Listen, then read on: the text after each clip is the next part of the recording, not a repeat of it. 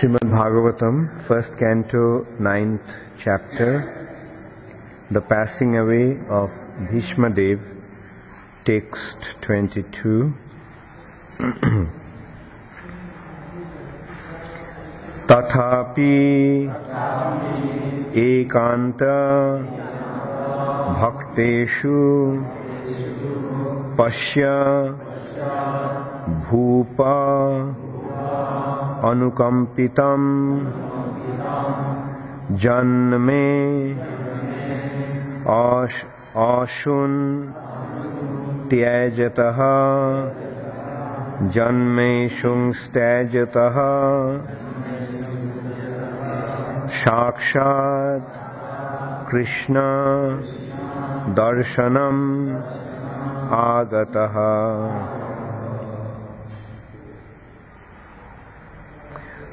Tathapekanta bhakteshu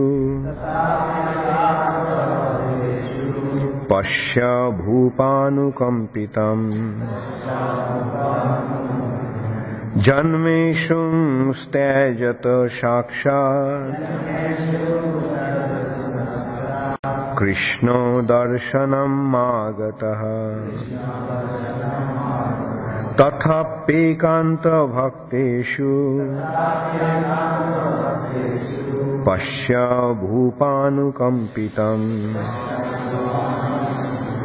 janmesung stajata shakshat Krishna darshanam agataha. Tathapekanta bhakteshu pasya bhupanukampitam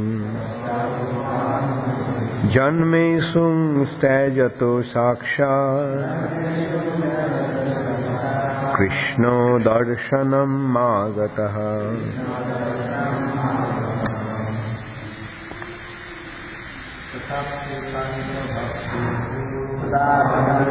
By His Divine Grace, Srila Prabhupada, yet, despite His being equally kind to everyone, He has graciously come before me while I am ending my life, for I am His unflinching servitor.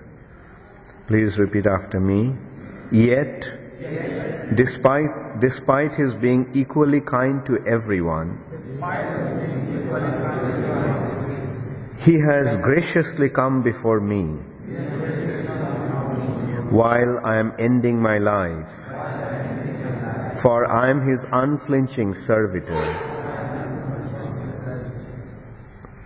Purport by Srila Prabhupada. The Supreme Lord, the Absolute Personality of Godhead, Sri Krishna, although equal to everyone, is still more inclined to His unflinching devotee, who is completely surrendered and knows no one else as His protector and master. Having unflinching faith in the Supreme Lord as one's protector, friend and master is the natural condition of eternal life. A living entity is so made by the will of the Almighty that he is most happy when placing himself in a condition of absolute dependence. The opposite tendency is the cause of fall down. The living entity has this tendency of falling down by dint of misidentifying himself as fully independent to lord it over the material world. The root cause of all troubles is there in false egotism.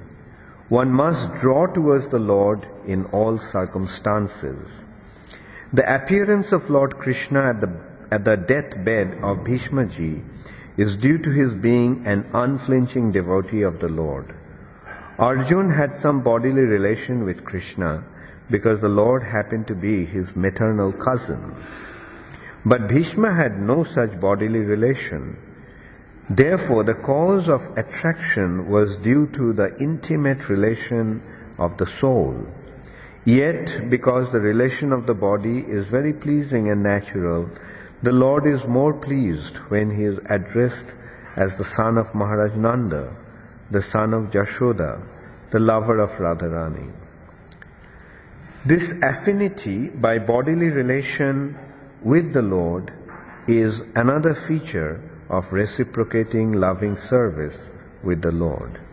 Bhishma Dev is conscious of this sweetness of transcendental humor, and therefore he likes to address the Lord as Bijaya Shakhe, Partha Shakhe, etc., exactly like Nanda Nandan or Jashoda Nandan. The best way to establish our relation in transcendental sweetness is to approach him through his recognized devotees. One should not try to establish a relation directly. There must be a via medium which is transparent and competent to lead us to the right path. Tathapyekanta bhakteshu pasya bhupanukampitam janme shungstajato shakshat Krishna darshanam agataha. Yet, despite his being equally kind to everyone, he has graciously come before me while I am ending my life, for I am his unflinching servitor. One of the qualities of Krishna is that he is samadarshi. He is equally disposed to everyone. Now, this samadarshi or equally disposed to everyone doesn't mean that Krishna's relationship or Krishna's reciprocation is equal to everyone. No. In order to explain that point, Krishna says, Ye yatha mang prapaddante tangs tathaiva bhajamaham. That the way one surrenders unto me, or the way one acts towards me, accordingly I reciprocate. So that is the real meaning of Krishna's becoming Samadarshi. Krishna is impartial, but now it's up to us how we want to relate to Krishna.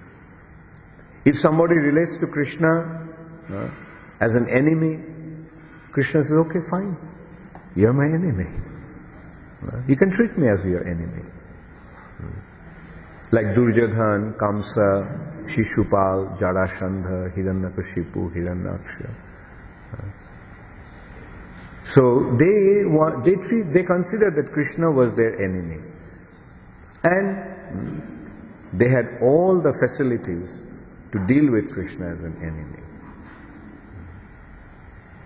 Whereas if someone treats Krishna as a friend, then Krishna will also reciprocate as a friend. If someone wants to treat Krishna as her lover, then Krishna will also reciprocate accordingly. So the real understanding of Krishna being Samadarshi is that Ye yatha mang prapaddante tangs tathaiva bhajamaham. And here Bhishma Dev also is confirming that point. He is saying that Krishna has so graciously come to see me at this most critical time of my life when I am about to leave my body, because I am an unflinching servitor of Krishna. Bhishma Dev is naturally a great devotee of Krishna. He is one of the Mahajans. But here we see that Bhishma Dev is dealing with Krishna, although he is in love with Krishna. He knows that Krishna is the Supreme Personality of Godhead. There are many instances when Bhishma Dev very, very clearly indicated that Krishna is the Supreme Personality of Godhead. So Bhishma Dev knew that Krishna was the Supreme Personality of Godhead. But still, Bhishma Dev sided with Duryodhan against the Pandavas, Krishna's devotees. Here we have to understand that it was his pastimes. It was Krishna's arrangement. And why this arrangement? Again, we can also consider that Ye yatha mang prapaddante. Bhishma Dev was related to Krishna in Vira Ras. in the mellow of chivalry. And in the mellow of chivalry, one likes to see Krishna as a fighter, as a warrior. So Bhishma Dev always wanted to see Krishna as a warrior because he himself was a warrior. He wanted to see Krishna also as a warrior.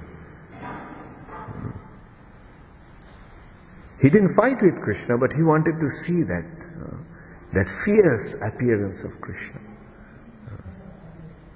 So that is how a person situated in Vira Rasa wants to see Krishna. And he provoked, yes, okay, let Krishna display his fierce appearance. The most powerful personality. This point also has been very clearly indicated when Krishna appeared in the arena, wrestling arena in Kamsa's palace. And there it has been pointed out that how different people saw Krishna. Mallanam Ashwani. Krishna came to fight there. And the wrestlers, like Chanur and Mushtika and other wrestlers, saw him as an Ashwani. Ashwani means thunderbolt. They saw him as a thunderbolt. Because since they are the fighters, they are the warriors, they are the fighters, they are wrestlers, they appreciate something that is strong and powerful. So they saw Krishna as a most powerful personality. And Nrinam Naravara, the human beings, common folks, saw him as the best of mankind, the best of the man, Purushottama. Here is the personality, who is the greatest, who is the best. His parents, people in parental affection saw him as the most loving child. His friends saw him as the perfect friend.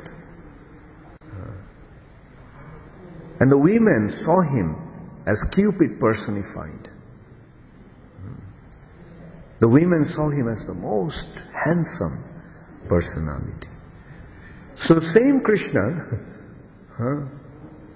he is there, but different people are seeing him in a different way, according to their appreciation. Everybody doesn't appreciate the same thing. Like some people like it bitter, some people like it hot, some people like it sweet. The taste differs. Not that everybody likes the same thing. The position of the most recognized, exalted personality. And at that time, Shishupal just flared up. Why Krishna? And he started to blaspheme Krishna. And if somebody wants to blaspheme Krishna, one can find lots of reasons to blaspheme Krishna. Like Krishna's pastimes are so wonderful that different people can see him in a different way. If somebody wants to find blemishes in Krishna, they can find a lot of blemishes. But the problem is with themselves. Like Shishupal actually started to blaspheme Krishna, saying that we don't even know whether he is a Kshatriya or not. Who knows what his birth is? So in this way he was casting the doubt in Krishna's birth. Jai Shri Shri Madan Mohan Ki Jai. Krishna's birth. And we don't know who he is. And he was in Vrindavan, and in Vrindavan he was flirting around with the young girls. He's a person without any character, without any sense of morality. And in this way he started to blaspheme Krishna. Now at that time Bhishma Dev stood up. Bhishma said that I am celebrated all over the world as the Brahmachari. Everyone knows that I am the Brahmachari. I am a brahmachari. Naishtik brahmachari, who never deviated from his brahmachari vow. And I worship Krishna. So in this way he established that Krishna is the greatest brahmachari. Shishupali is thinking that he is flirting and Krishna is flirting with women. So Krishna is doing this, Krishna is doing that, Krishna doesn't have any sense of morality. He is having affairs with others' wives and so forth. But what is the actual reality? Krishna is the Supreme Personality of Godhead. That Krishna is even the husbands of the husbands. So if Krishna has an affair with their wives, what's wrong? Krishna is everyone's husband. Krishna is the husband of the husbands also. So if Krishna has a relationship, and in our day-to-day life also we see that if the wife becomes a devotee of Krishna, does the husband mind? Do they become upset? No. Because they know that relationship with Krishna is the ultimate goal of life. Relationship with Krishna is the most pure thing. So, that is the real understanding. But people can find faults with Krishna if they want to.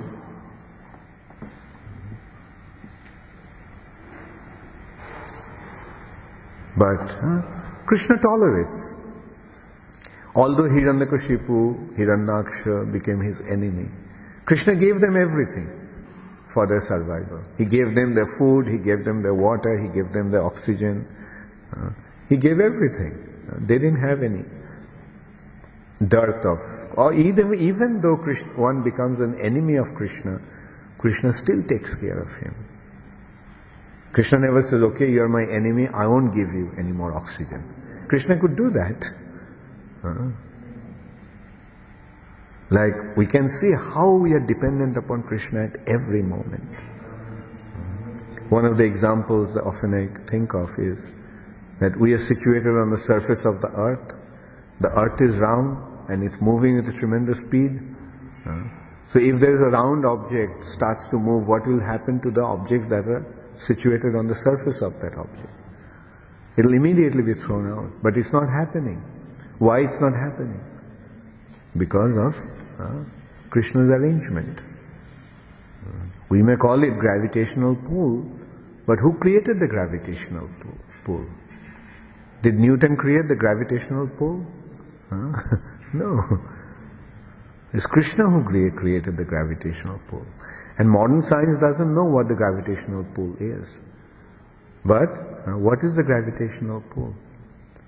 The gravitational pull is Shankarshan's arrangement.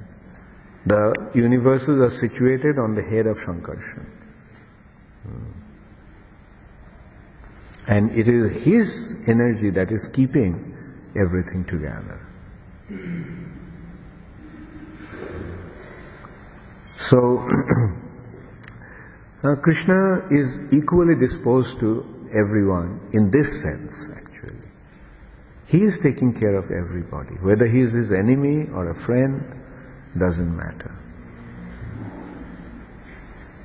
Whether one is favorably disposed to Krishna or whether one is offensive to Krishna, Krishna is catering to everybody. Just like the loving and caring father. Son may get upset with the father and start screaming and shouting, but still the father gives the food. Okay.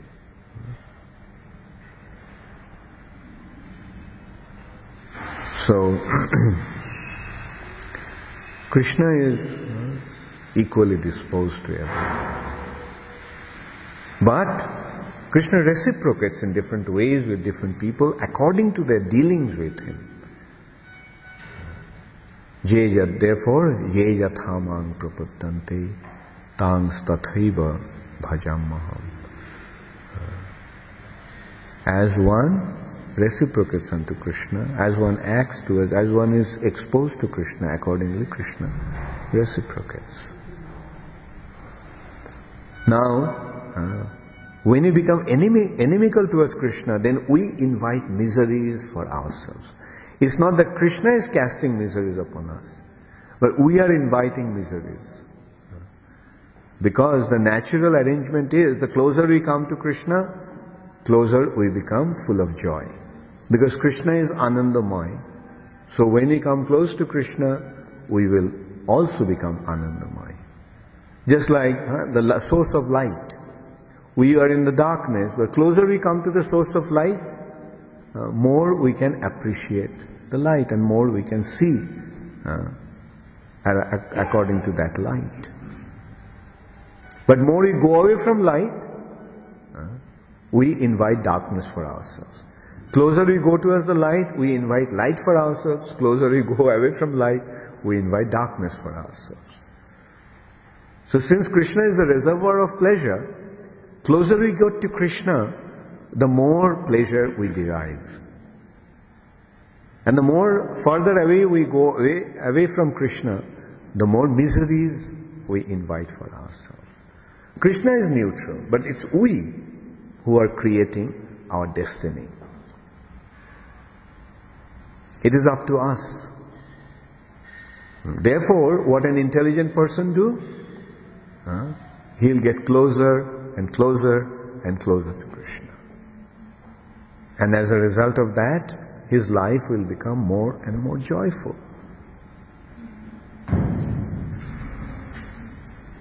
And the real joy is derived out of our relationship with Krishna.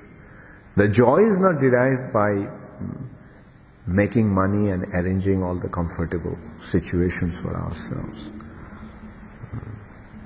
The real joy is in our loving relationship with Krishna. Therefore, a devotee does not worry about making arrangements for himself, comfortable arrangements for himself. He is happy wherever he is. He may be under a tree or he may be in a palace. He is completely unconcerned about that. Because his real joy is derived out of his loving relationship with Krishna. Like Prabhupada used to say, chant Hare Krishna and be happy. That is the formula for happiness. Chant Hare Krishna and be happy. But we are thinking, have a big house and be happy. Have a nice car and be happy. Have all the facilities for enjoyment and be happy. But does it work? No. But Prabhupada says, chant Hare Krishna and be happy. And when we start chanting Hare Krishna, we become happy. And we notice, like, it's not difficult to become happy. You can chant anywhere, anytime, at any place. Just Hare Krishna, Krishna Krishna, Hare Hare, Hare Ram, Ram Ram, Hare Hare. Just chant Hare Krishna. It doesn't cost any money. It doesn't need any comfortable situation. It doesn't need anything external. Anywhere, at any place, under any circumstances, we can chant Hare Krishna.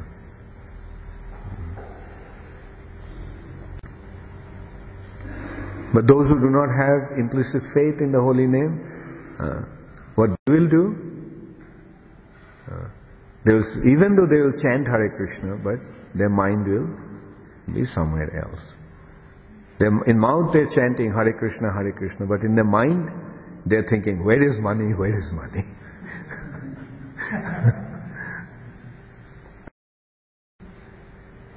Then Krishna will say, okay, go after money. Suffer some more. And then come back to me. So we have to understand that the sufferings in the material nature is actually an arrangement by Maya to bring us close to Krishna. The more we deviate from Krishna, the more Maya punishes us. This punishment is something like we are moving in like a bunch of bunch of ships,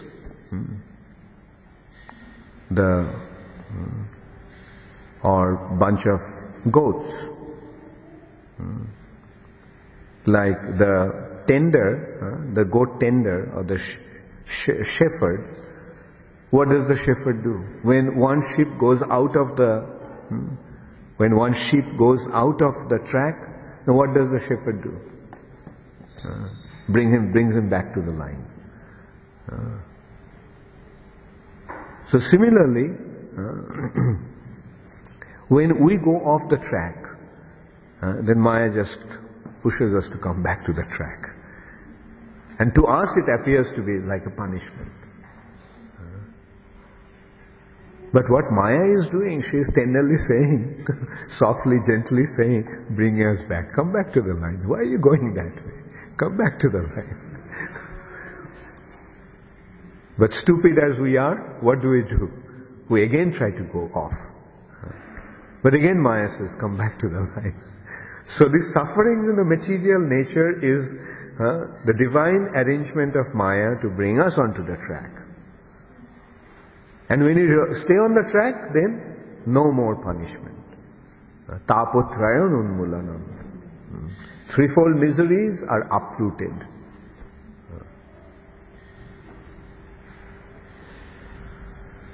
So that is how Krishna has very kindly made all the arrangements. If we just remain fixed up in our Krishna consciousness, everything will become wonderful. There is no need to worry about anything. Krishna will take care of everything. Krishna is prepared to give us everything. It is not that we accept Krishna consciousness and we suffer. No. Now let us consider what is actual enjoyment. What is actual happiness? What is happiness? What is happiness? Krishna Chan? Happiness is feeling the heart is good. Well, that is a theoretical. Anyway, happiness is the fulfillment of desire.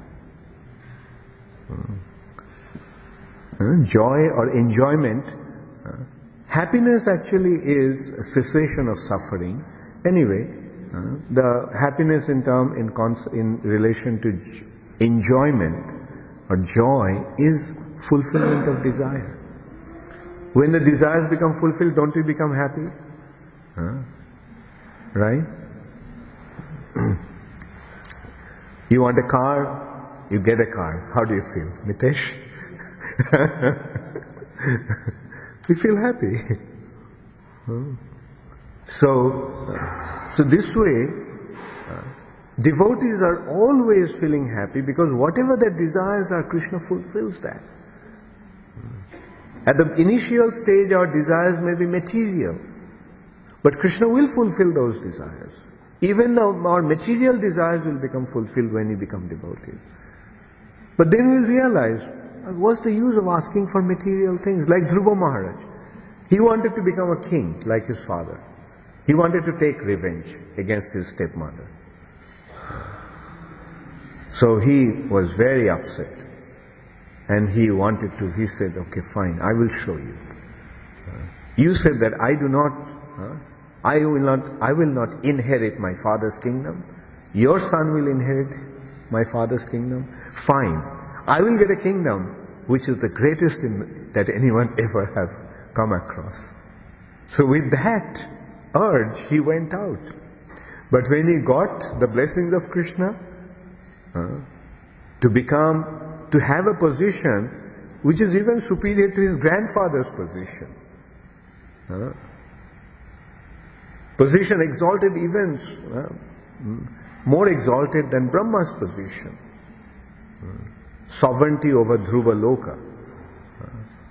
So that is an inconceivable position actually. But what did Dhruva Maharaj respond? He said, I was so stupid. It was so foolish of me to desire something like that. It is like when somebody has access to diamonds, he is just searching for some broken pieces of glasses. What's the value of a broken piece of glass compared to a diamond?